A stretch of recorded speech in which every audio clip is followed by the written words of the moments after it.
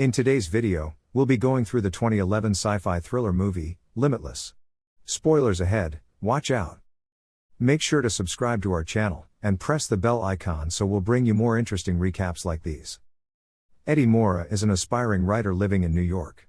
For the past several months, he's been living off a book contract advance and financial support from his girlfriend. The only problem is Eddie hasn't been able to complete a single page of his book. He struggles with putting together the words for his story, going through a circle of writing, deleting, and starting over. He spends his afternoon drinking at a bar or wasting away on his couch in a messy apartment. Eventually his girlfriend Lindy leaves him. While walking home, Vernon calls out to him. Vernon is Eddie's ex-wife's brother. After a little cheat-chat, Vernon convinces him to have a drink together. They go to a bar, and Vernon tells him how Melissa is doing. Then they start talking about Eddie's creative problems, and Vernon suggests he can help him. He shows him the drug he's selling. It's called NZT, a drug designed to help you access 100% of your brain power. Eddie doesn't feel this is a solution to his problem. Vernon needs to leave, and he gives him a sample of the drug for free and also his business card.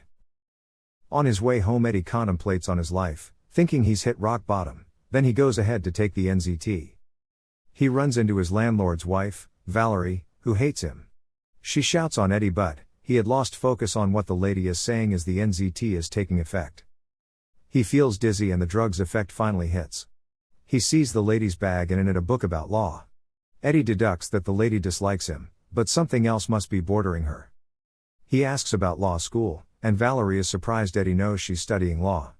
Eddie recalls seeing the book once several years ago in a dorm room, while he was still in college. Somehow he now remembers everything he's ever read, seen, and heard in his entire life. Eddie then recommends a different book on the law that will be appropriate for her assignment. He continues advising her on how to proceed with her assignment. The lady is impressed, even attracted by Eddie's mastery of law and court. She invites him in, he helps with her assignment, and they eventually have intercourse. Eddie is perplexed by how he suddenly had all of this knowledge, and he realizes that he always had this knowledge, but just in a random mess in his head. The NZT must have helped his brain rearrange and analyze the pieces of information he has in his head, and turn them into a congruent and organized thought that he now has access to. Every documentary, magazine article, movie, commercial, and anything he's ever read or seen has now become an accessible stream of useful information. He heads back to his dirty apartment and starts cleaning. He starts writing and ends up with a 90-page preliminary manuscript. The following day, he feels the NZT's effect had worn off. He takes his manuscript to his editors. The editor is doubtful but reads it anyway.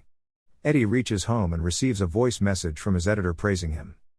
Eddie then decides he needs more NZT, and he proceeds to Vernon's apartment. Eddie shows up at Vernon's apartment, and Vernon immediately knows what Eddie wants. Vernon then reveals that he lied about NZT being legal and approved by the FDA. Regardless, Eddie still wants more. Vernon asks Eddie to head out to do some chores, and Eddie complies. Thinking he needs to do what's necessary to get more NZT. He arrives back at the apartment and sees the door busted open. He finds Vernon's apartment has been ransacked and Vernon on the couch with a bullet hole in his head. Eddie calls the police but realizes he needs to find Vernon's NZT stash before the cops arrive. He finds a pack of NZT along with Vernon's list of clients, and cash. At the police station, Eddie is interviewed and gets a phone call from Melissa. The police then tell Eddie that they'll stay in contact. At home, Eddie takes another pill, and his creative juices start flowing. With Vernon's cash, Eddie gets a haircut and new clothes. He starts getting in shape and even finishes his book in 4 days. He learns to play the piano in 3 days and notices that he can learn any language just by listening to it. Eddie becomes outgoing, meeting new people and impressing everyone with his mastery of almost any field. He becomes daring, his shyness gone, and he feels he can achieve anything he's ever wanted. Eddie gets a realization and suddenly knows what he needs to do. He decides to venture into the world of stock trading. He meets Kelvin, a broker working on Wall Street, and he becomes Eddie's entry point into the world of stocks. Eddie starts reading books on stock trading and monitors the stock market for movement. With NZT he grew Vernon's remaining $800 to $2,000 in a day. The next day, it reaches $7,500. Eddie needs more capital for growth and decides to seek help from a loan shark, Gennady. Gennady decides to give Eddie the loan but warns that he must be paid on time. Eddie takes the risk, confident that he would pay Gennady back in no time. The following day, Eddie heads to Kelvin's brokerage firm and starts buying and selling stocks. Within 2 weeks, Eddie increased his brokerage account to over $2 million. Word started getting around, and soon Kelvin calls him to say that a Wall Street tycoon wants to meet with him. That evening, Eddie has dinner with Lindy, and he tells her all the amazing things he has been doing with his life. Seeing Eddie clean up his act, Lindy is proud.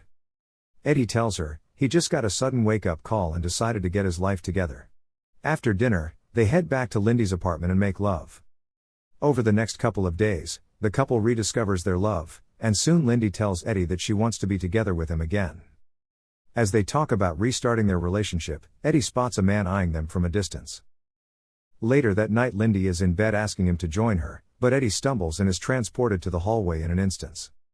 Eddie has no recollection of how he got out of his apartment, but Lindy sees him and asks him to go inside for a meal. The following day, Kevin joins Eddie for a meeting with the Wall Street giant. Kelvin is nervous, but Eddie assures him that the meeting would be fine. Carl Van Loo, a Wall Street icon, arrives, and they start talking. Carl's companion is suspicious of Eddie, and how he climbed up the ladder so fast, thinking it's a con. But Eddie talks his way through his questioning and impresses Carl. On a car ride home, Carl hands Eddie a stack of papers about all the companies he owns. Carl asks Eddie to take a look and analyze a pattern. Carl asks Eddie what a good move would be.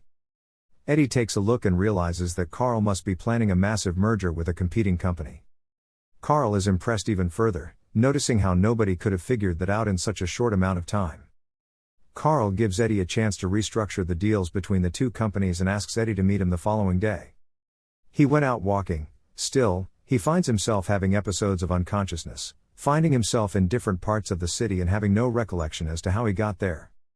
He stumbles into several parties, into different clubs, meets different women, and eventually ends up in a hotel room with a model where they have intercourse.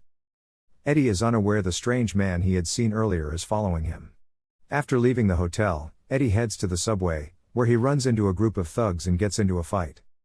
The NZT helps him remember every self-defense video, action movie, fight scene, and survival documentary he had ever seen, and he manages to fight off the group of thugs single-handedly. He starts running afterward and finds himself on top of the broken bridge by dawn with no recollection of what happened to him in the past 18 hours. Eddie heads home and goes to bed, and he wakes up the next day feeling horrible. He decides not to take another tablet and tries to go over the documents sent to him by Carl, but they seem ineligible. Eddie goes to the meeting sober and unprepared. Carl keeps asking him questions, expecting high-level answers from him, but all Eddie can focus on is the TV, where the news is reporting that the woman he was in the hotel with is dead. Eddie leaves the meeting abruptly. He heads home and gets a call from Melissa, who's asking questions about Vernon's death. Eddie asks her if they can meet up somewhere, and Melissa reluctantly agrees.